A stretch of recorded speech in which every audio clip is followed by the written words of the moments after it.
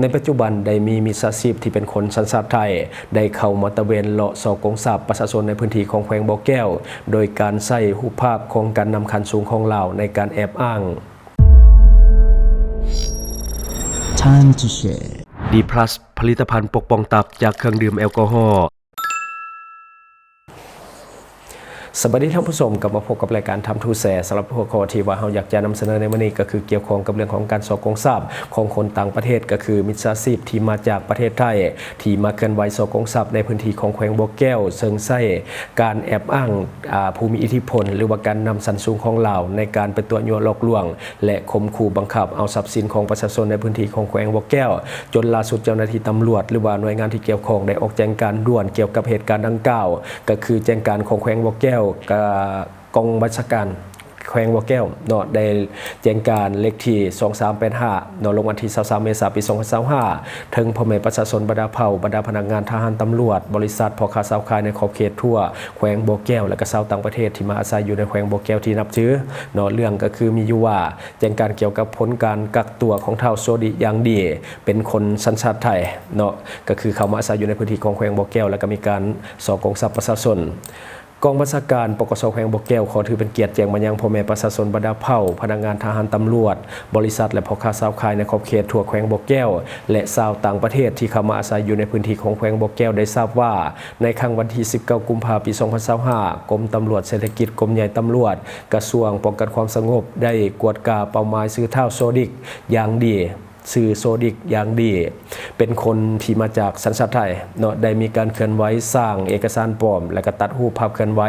ของการนำขันสูงของสปป.ลาวไปแอบอ้างและก็ตัวยั่วหลอกลวงบุคคลและนิติบุคคลเนาะเพื่อประโยชน์ของตนเองซึ่งสร้างความเสียหายให้แก่ทรัพย์สินของพลเมืองลาวชาวต่างชาติและก็อาจสร้างความเสียหายให้แก่หลายภาคส่วนเป็นวงกว้างโดยสนั่นกองบัญชาการปกสแขวงบ่อแก้วจึงได้แจ้งให้พ่อแม่ประชาชนได้รับทราบได้รับรู้และก็ได้ระมัดระวังความเสียหายที่เกิดจากเท่าโซดิเนาะประกอบคำห้องฟ้องและก็หลักฐานครบถ้วนส่งให้เจ้าหน้าที่ตำรวจแผนกตำรวจเศรษฐกิจตำรวจกองบัญชาการปกสแขวงบ่อแก้วเพื่อดำเนินคดีตามกฎหมายต่อไปเนาะดังนั้นกองบัญชาการปกสแขวงบ่อแก้วจึงได้แจ้งการฉบับนี้มายังพ่อแม่ประชาชนบรรดาเผ่าพนักงานทหารตำรวจและพ่อค้าชาวขายในขอบเขตทั่วแขวงบ่อแก้วและก็ชาวต่างประเทศอื่นๆที่เข้ามาอาศัยอยู่ในแขวงบ่อแก้วได้รับทราบและก็เข้ามาแจ้งต่อเจ้าหน้าที่พวกเฮาตามมงราชการเนาะอันนี้ก็คือเหตุการณ์ที่กำลังเกิดขึ้นสดๆร้อนๆในแขวงบ่อแก้วที่ว่าเจ้าหน้าที่ของปกสแขวงบ่อแก้วได้ออกแจ้งการให้เตือนประชาชนที่อยู่ในแขวงบ่อแก้วให้ระมัดระวังต่อกับมิจฉาชีพที่มาในรูปแบบของการแอบอ้างผู้มีอิทธิพลในลาวในการข่มขู่ยักยอกทรัพย์สอกงทรัพย์ประชาชนทั้งที่เป็นคนลาวที่อยู่ในแขวงบ่อแก้วและคนต่างชาติที่เข้ามาอยู่ในแขวงบ่อแก้วส่วนใหญ่เนาะผู้ที่ว่าเป็นชาวต่างชาติที่เข้ามาอยู่ในแขวงบ่อแก้วส่วนใหญ่ที่เขาเฮ็ดผิดก็คือเขาจะเกรงกลัวต่ออิทธิพลหรือว่าเจ้าหน้าที่ต่างๆฉะนั้นเนาะคนสัญชาติไทยผู้นี้เราจึงช่วยใส่โอกาสตัวนี้ในการที่จะแอบอ้างผู้มีอิทธิพลผู้มีอำนาจหรือว่าแอบอ้างเจ้านายในการที่จะไปรีดทรัพย์หรือว่ายักยอกทรัพย์หรือว่าข่มขู่เอาทรัพย์ของประชาชนเนาะโดยเฉพาะคนที่เขามาเหตุเวียกในเขตพื้นที่ของแขวงบ่อแก้วที่บ่ถูกต้องตามกฎหมายหรือว่ากระทำผิดอย่างใดอย่างหนึ่งเนาะเพราะว่าเขามีความหวาดกลัวอยู่แล้วถ้าแอบอ้างเนาะผู้มีอิทธิพลหรือว่าเจ้าหน้าที่เนาะทางการของลาวก็จะเฮ็ดให้คู่กรณีหรือว่าผู้เสียหายนี่เขาจะยินยอมได้ง่ายเนาะอันนี้ก็คือเป็นมิจฉาชีพที่มาจากประเทศไทยซึ่งว่ามีเพียงผู้เดียวเนาะชื่อเพิ่นก็คือโซดิกอย่างดีเนาะนามสกุลอย่างดีแต่ว่านิสัยบ่ค่อยดีบ่ได้ในการเข้ามาโกงทรัพย์ของประชาชนเนาะอันนี้ก็กระจายข่าวเพื่อให้ประชาชนที่อยู่ในพื้นที่ของแขวงบ่อแก้วและพื้นที่ใกล้เคียงเนาะได้รับทราบว่ามันเกิดเหตุการณ์แบบนี้ขึ้นท่านใดที่ว่าเคยตกเป็นเหยื่อของเท่าโซดิกอย่างดีเนาะในการสอกงทรัพย์หรือว่าการข่มขู่เอาทรัพย์กรุณาเข้าไปแจ้งความกับเจ้าหน้าที่เพราะว่าในปัจจุบันเจ้าหน้าที่ปกสแขวงบ่อแก้วเพิ่นได้จับกลุ่มและก็กักตัวเท่าโซดิกอย่างดีไว้เนาะฉะนั้นท่านใดที่ว่าเคยมีผลกระทบได้รับความเสียหายจากผู้เกี่ยวกรุณาไปแจ้งความและก็พยายามเอาสิ่งที่ท่านเสียไปเนาะก็คือเอาทรัพย์สินอย่างต่างๆที่ท่านเสียไปกลับคืนมาเนาะอย่าลืมเข้าไปแจ้งความกันหลายๆสำหรับท่านใดที่ว่าได้รับผลกระทบจากผู้เกี่ยวเนาะอันนี้ก็คือข่าวสารดีๆที่เฮาเก็บมาเล่าสู่ท่านผู้ชมได้รับรู้รับฟังนำกัน เนาะทั้งหมดก็คือสิ่งที่เราอยากจะนำเสนอในวันนี้หวังว่าท่านจะได้รับสาระดีๆสำหรับท่านที่ว่าเบิ่งรายการเราอยู่ก็อย่าลืมเนาะคิดเห็นจังได๋ฝากไว้ได้เลยภายใต้คอมเมนต์ของเราและข้าพเจ้าจะเข้าไปอ่านด้วยตนเองและขอฝากเนาะสำหรับท่านที่ว่ามักดื่มเหล้าดื่มเบียร์โดยเฉพาะท่านที่สลองหนักในช่วงปีใหม่ลาวที่ผ่านมาถ้ารู้สึกว่าตับอ่อนเพลียเนาะตื่นเช้ามาแล้วรู้สึกง่วงซึมบ่อยากเฮ็ดเวียกบ่สามารถที่จะไปเฮ็ดเวียกได้หรือว่าเมาค้างตลอดเวลาหมายความว่าตับบ่สามารถที่จะกำจัดฤทธิ์แอลกอฮอล์ได้ทั้งหมดหมายความว่าตับของท่านอ่อนแอเนาะฉะนั้นอย่าลืมปกป้องตับของท่านด้วยผลิตภัณฑ์ D+ ของเฮาและก็ขอฝากสำหรับคนลาวในปัจจุบันเงินกีบก็ยังคงอ่อนค่าอยู่เนาะฉะนั้นอยากให้ทุกคนช่วยกันพยุงค่าเงินกีบสำคัญก็คือช่วยกันสนับสนุนสินค้าที่เป็นของคนลาวที่ผลิตภายในลาวเพื่อลดพรการนำเข้าสินค้าจากต่างประเทศนั่นเองและก็สำหรับทางที่เบิ่งรายการเฮาอยู่เนาะถ้าคิดว่ารายการของเฮานี่พอมีสาระหรือว่ามีประโยชน์อยากส่งเสริมอยากซัพพอร์ตอยากจะให้กำลังใจทีมงานของพวกเฮาก็อย่าลืมกดติดตามช่องเพราะว่าการกดติดตามช่องถือเป็นช่องทางเดียวที่จะเฮ็ดให้ทีมงานของเฮามีรายได้และก็มีกำลังใจในการผลิตคอนเทนต์ดีๆแบบนี้ให้ท่านได้ชมเรื่อยๆอย่าลืมให้กำลังใจทีมงานของพวกเฮาด้วยการกดติดตามช่องขอขอบใจสนใจโฆษณาประชาสัมพันธ์ธุรกิจและผลิตภัณฑ์ของท่านผ่านรายการของเฮาสนใจติดต่อตามข้อมูลที่ขึ้นหน้าจอในปัจจุบันได้เลย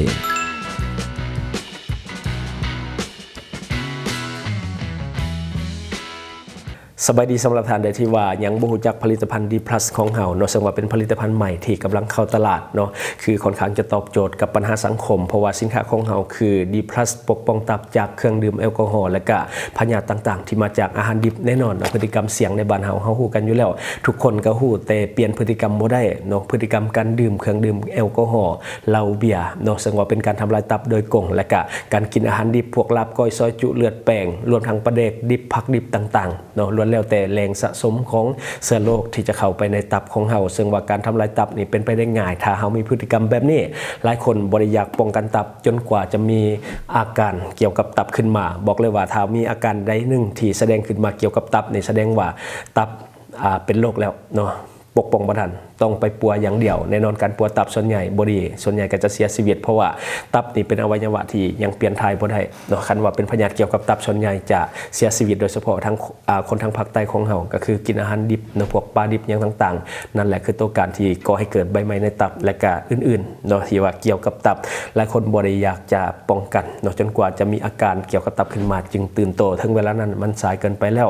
จะดีสำใดหากว่าผลิตภัณฑ์ได้หนึ่งเนาะจะมาช่วยเฮาเวลาเฮากินแล้วบ่ต้องเปลี่ยนพฤติกรรมกินเหล้ากินเบียร์ได้คือเก่ากินดิบได้คือเก่าแต่ก็ได้รับการปกป้องตับไปในเวลาเดียวกันเพราะว่ายาส่วนใหญ่เนาะเวลาเฮากินยาแล้วแน่นอนท่านหมอก็จะให้เฮาเปลี่ยนพฤติกรรมบ่ให้กินเหล้าบ่ให้กินเบียร์อันนี้อันดับทำอิฐบ่ว่าโรคหยังก็ตามเขาไปปุ๊บเนี่ยเขาจะห้ามบ่ให้กินเหล้าบ่ให้กินเบียร์เพราะว่ามันทำลายตับโดยกงแล้วก็บ่ให้กินดิบเนาะแต่ว่าผลิตภัณฑ์ของเฮาบ่แม่นเนาะก็คือสามารถที่จะกินควบคู่กันได้ท่านกินยาตัวอื่นอยู่ก็บ่เป็นหยังสามารถที่จะกินควบคู่กันได้เพราะว่าเฮาเป็นอาหารเสริมช่วยในการบำรุงตับบ่แม่นการปัวตับเนาะต้องแยกกันให้ชัดเจนอย่าปล่อยให้อาการเกี่ยวกับตับมันแสดงออกมาถ้าว่าอาการเบื้องต้นแสดงออกมาตัวอย่างคือตับอ่อนเพลียถ้าได้ที่ว่ามีการสั่งสรรค์ตลอดเวลาติดต่อกันหลายวันก็จะหูทันทีว่าตับอ่อนเพลียตับเริ่มเฮ็ดเวียกบ่ไหวตับฟอกฤทธิ์แอลกอฮอล์บ่ได้กำจัดฤทธิ์แอลกอฮอล์บ่ได้ร่างกายเฮาเลยอ่อนเพลียเนาะอันนี้ก็คือแสดงให้เห็นว่าตับเฮาเริ่มอ่อนเพลียอาการเบื้องต้นแน่นอนตาเหลืองหน้าจืดหน้ามันคือกับคนขาดเลือดโตกับเหลืองคือคนบ่มีเลือดในร่างกายแล้วอันนี้คืออาการเบื้องต้นเกี่ยวกับตับอ่อนเพลียแล้วก็จะมีอาการเรื่องของการง่วงซึมหากกระตื่นนอนอยากนอนอีกแหละเฮ็ดเวียกบ่ได้เฮ็ดเวียกน้อยนึงก็เมื่อยย่างขึ้นขั้นใดน้อยนึงก็เมื่อยอันนี้ก็คืออาการตับอ่อนเพลียแล้วก็จะมีอาการท้องเสียท่านใดที่ว่ากินเบียร์กลางคืนตื่นเช้ามาแล้วท้องเสียมักเข้าห้องน้ำอันนั้นกับอาการหนึ่งเกี่ยวกับว่าตับเฮากำลังอ่อนเพลียตับเฮากำลังบ่ไหวสิ่งที่ทานเฮ็ดได้โดยที่ว่าบ่ต้องเสียเงินก็คือเว้นระยะอย่าดื่มในช่วงนั้นเนาะพักผ่อนเนาะและก็บ่ต้องกินอาหารดิบเนาะจะช่วยให้ตับมันฟื้นฟูตัวเองได้โดยที่ทานบ่ต้องเสียเงินแต่ทานอยากเร่งด่วนอยากให้มันฟื้นฟูได้ไวๆเฮาแนะนำสินค้าของเฮาเนาะก็คือ D+